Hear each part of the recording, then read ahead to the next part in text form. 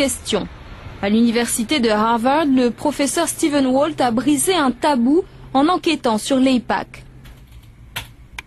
Avec le professeur John Mearsheimer, il considère que l'influence du lobby est parfois contraire aux intérêts stratégiques des États-Unis. Le lobby a contribué à l'anti-américanisme au Moyen-Orient et ailleurs. C'est l'une des raisons pour laquelle les États-Unis font face à la menace terroriste. Oussama Ben Laden et ceux qui nous ont attaqués le 11 septembre ont clairement dit que notre soutien à Israël motivait leur haine. Et une partie du lobby nous a poussés à partir en guerre en Irak. Cette relation si particulière, soutenue par le lobby, cause un tort considérable aux intérêts stratégiques américains. Les thèses des professeurs Walt et Mearsheimer ont fait scandale. Ils ont fait l'objet d'une très violente campagne médiatique, les accusant d'antisémitisme. L'ancien président américain Jimmy Carter est lui aussi devenu une des bêtes noires du lobby pro-israélien.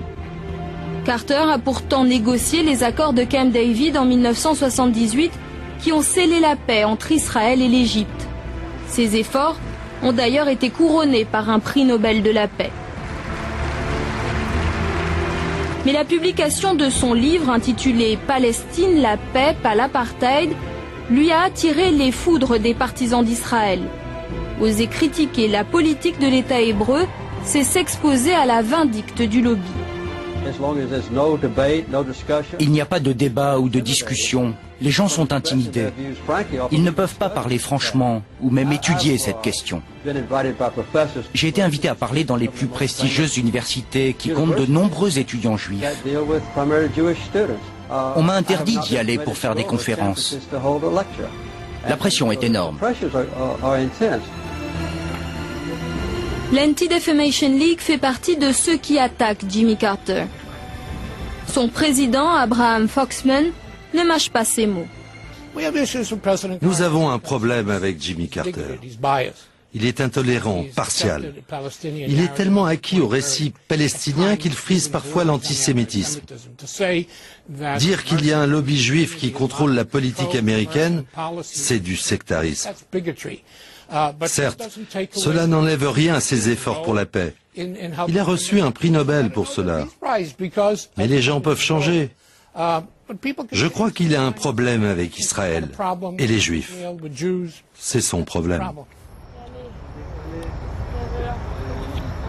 La Maison-Blanche est bien obligée de tenir compte du poids du lobby qui pèse lourdement sur les négociations de paix. Ancien conseiller diplomatique de Bill Clinton, Robert Malley explique que la partialité des États-Unis ne fait aucun doute. Les États-Unis ont toujours dit clairement, depuis que les négociations ont commencé et avant, qu'ils étaient partie prenante dans le sens qu'ils étaient très proches d'Israël. Donc la question n'est pas une question de neutralité, pour moi c'est une question d'efficacité. Est-ce que tout en étant biaisé dans la relation dans le triangle États-Unis, Israël, Palestine, tout en étant biaisé, est-ce que les États-Unis peuvent être un médiateur efficace? Je crois que par moment dans leur histoire, ils ont prouvé qu'ils pouvaient l'être, et pendant d'autres périodes, ils ont prouvé le contraire. Depuis les accords d'Oslo en 1993, l'efficacité de la diplomatie américaine est en panne. Bill Clinton a tenté de pousser les partis à White River Plantation puis Camp David, sans succès. George W. Bush a parrainé les discussions de tabac puis la conférence d'Annapolis en 2007, sans plus de résultats. Barack Obama a lui fait rêver le monde arabe en promettant un État palestinien lors de son discours historique au Caire, il y a 2 ans. Assalamu alaikum. Ses origines musulmanes ont fait espérer aux Arabes un président plus attentif aux revendications palestiniennes. Son appel à faire cesser l'avancée des colonies israéliennes a eu un écho considérable. Les États-Unis n'acceptent pas la légitimité de la continuation des colonies israéliennes. Ces constructions constituent une violation des accords passés et portent préjudice aux efforts de paix. Malgré les convictions affichées, le président Obama ne fera pas mieux que ses prédécesseurs. Comme eux, il n'empêchera pas la construction de nouvelles colonies en Cisjordanie et à Jérusalem-Est. Car Barack Obama est un politicien en campagne pour sa réélection et les réalités de la carte électorale américaine lui interdisent de s'aliéner le lobby pro-israélien. On comprend mieux alors son rejet de la candidature palestinienne à l'ONU. La paix est un travail difficile. La paix n'arrive pas par des déclarations ou des résolutions aux Nations Unies. Si c'était aussi simple que cela, ce serait déjà fait. L'engagement de l'Amérique aux côtés de la sécurité d'Israël est inébranlable. Notre amitié avec Israël est profonde et solide. Et pour enfoncer le clou, Barack Obama pose après son discours devant les caméras avec Benjamin Netanyahou pour afficher l'amitié entre Israël et l'Amérique. Une amitié qui coûte cher. Chaque année, Washington verse plus de 3 milliards de dollars en aide directe à l'État hébreu. À Washington, le lobby pro-israélien veille à ce que cela ne change pas.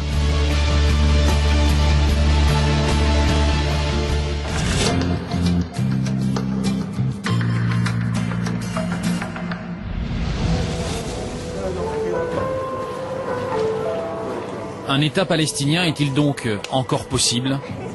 Il y a tant de questions sans réponse. Le partage de la terre, les colonies, le statut de Jérusalem-Est. Et puis un autre problème crucial, celui des réfugiés palestiniens. Officiellement, ils sont 4 800 000 recensés par les Nations Unies à travers le monde, des descendants des Palestiniens chassés de leurs terres en 1948, lors de la création de l'État d'Israël.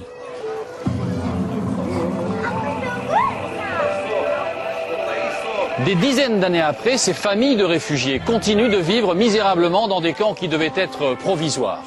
Officiellement, le droit international leur reconnaît un droit au retour, mais chacun sait que ce ne sera probablement qu'un vœu pieux. Alors, comment vivent-ils? Et surtout, qu'attendent-ils d'une Palestine indépendante? Nous partons pour le Liban. Le reportage est signé Negar Zoka et Malek Sarawi.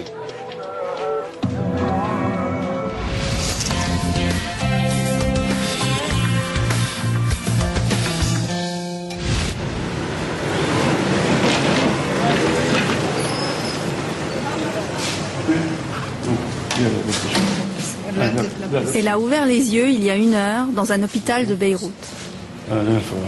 3 kilos d'eau d'innocence et pourtant elle est déjà un problème pour Israël et une charge pour la communauté internationale.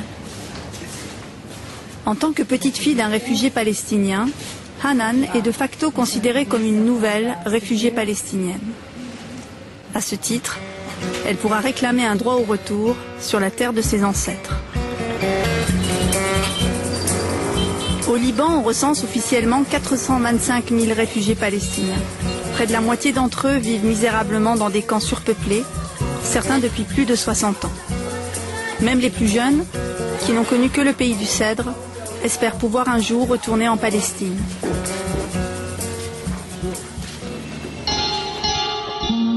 En 1948, à la création de l'État d'Israël, environ 800 000 Arabes ont été poussés à l'exode, fuyant les combats, par peur de massacres ou délibérément chassés par les combattants juifs. Ceux du nord de la Palestine ont trouvé naturellement refuge au Liban. Depuis 1949, le sort de ces réfugiés est confié à un organisme des Nations Unies. L'UNRWA est chargé d'aider les réfugiés palestiniens dans leur vie quotidienne. Au bureau d'état civil, les Palestiniens viennent mettre à jour leur carte de réfugiés, un document essentiel. Ceci est une carte délivrée par l'UNRWA aux réfugiés palestiniens qui vivent sur le sol libanais. Cette carte leur permet de bénéficier des services de l'UNRWA, l'éducation, la santé, et d'être aussi enregistrés au ministère de l'Intérieur libanais pour avoir un document de voyage s'ils veulent sortir du pays. L'obtention de cette carte de réfugié est strictement réglementée. Un réfugié, pour l'UNRWA, c'est une personne qui vivait en Palestine entre 1946 et 1948 et qui a perdu ses biens et ses moyens de subsistance à cause de la guerre avec les Israéliens. Et cela vaut aussi pour leurs descendants. Ebrahim a été parmi les premiers enregistrés, mais aujourd'hui, il vient demander une nouvelle carte.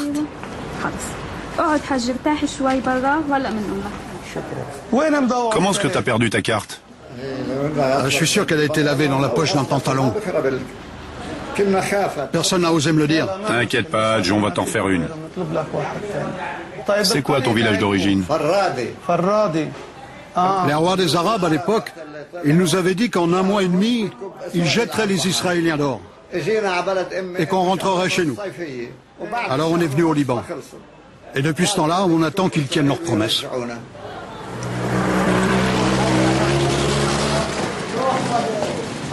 Hoda Samra travaille pour les Nations Unies. Elle nous fait visiter Borj el-Barajneh, l'un des 12 camps palestiniens au Liban. Donc ça va peut-être vous étonner, mais ça c'est la rue principale de Borj el-Barajneh.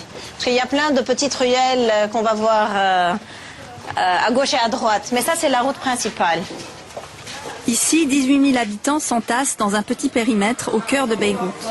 Malgré la bonne volonté de l'UNRWA, la situation sanitaire du quartier est très mauvaise. Dans le camp, c'est le système D. On construit avec les moyens du bord, on se raccorde au réseau électrique et aux canalisations de manière sauvage. Marcher dans la rue en devient même dangereux. Il y a tout ce que vous voyez ici qui est fait d'une façon complètement, je veux dire, anarchique, chaotique, ce qui fait qu'il y a très souvent des cas d'électrocution très graves. L'année dernière même, il y a 13 personnes qui ont été mortes électrocutées. Ici même, là où on se tient, là, dans ce point-là. Même s'il n'y a aucune barrière physique pour délimiter le camp du reste de la ville, on y vit en circuit fermé. Ça, c'est le marché. Oui. C'est le seul marché du camp. Les réfugiés s'y approvisionnent car les prix y sont bien plus bas que dans le reste de la ville. Mais c'est encore trop cher pour les plus pauvres. L'UNRWA fournit une aide alimentaire et verse royalement 30 € par an, 2,50 € par mois aux plus nécessiteux. Elle ne peut que parer aux plus urgents. Ils sont très très pauvres. 60% sont pauvres et 7% sont extrêmement pauvres. Ça veut dire qu'ils ne peuvent même pas s'acheter leur nourriture. Et c'est cette catégorie de gens que à laquelle l'UNRWA distribue de la nourriture. Beaucoup de réfugiés n'ont pas d'autres revenus que l'argent envoyé par leur famille de l'étranger. Certains font des petits jobs pour l'UNRWA, principal employeur du camp. Mais il n'y a pas de place pour tout le monde. Ça fait 7 ans que je suis là à ne rien faire. Je ne trouve aucun travail, pas un seul. Rien du tout. Oui, je sais, c'est difficile. Mais comment faites-vous avec la vie chère? J'ai mes enfants qui m'aident. Ah, c'est bien s'ils vous aident. Oui, mais enfin, ils ont aussi leur propre famille. Oui, c'est sûr. Tout le monde a ses problèmes. Moussa Mohamed et sa femme Safia ont élevé leurs 5 enfants dans ce 2 pièces qu'ils ont construit eux-mêmes. Ils n'ont pas d'eau potable et n'ont que quelques heures d'électricité par jour. Ils ont vu les conditions de vie dans le camp se dégrader depuis 40 ans qu'ils y vivent. Ce camp n'était pas du tout aussi peuplé. Mais aujourd'hui, les réfugiés du début ont des enfants et des petits-enfants. Et où voulez-vous qu'ils aillent? Personne ne peut payer des loyers à l'extérieur du camp, puisqu'il n'y a pas de travail. Les célibataires finissent par se marier, et du coup, chacun construit un nouvel étage pour ses enfants et pour toute la famille. Tous les gens qui habitent dans ce camp vivent très mal. Chômage ne veut pas dire inactivité pour Moussa. Il fait des travaux pour ajouter un étage à sa maison. Il y logera ses petits-enfants ou le louera à une autre famille. Moi, je soude des joints pour les portes et les fenêtres. Je fais tout moi-même. Si les familles s'entassent dans les camps, c'est qu'il est difficile d'en sortir. La loi libanaise ne permet pas aux réfugiés d'être propriétaires sur le sol libanais, ou d'avoir des commerces en dehors du camp. Une trentaine de professions leur sont même totalement interdites. Un Palestinien ne peut pas être ingénieur, journaliste ou médecin dans un hôpital libanais, ni même être coiffeur ou chauffeur de taxi.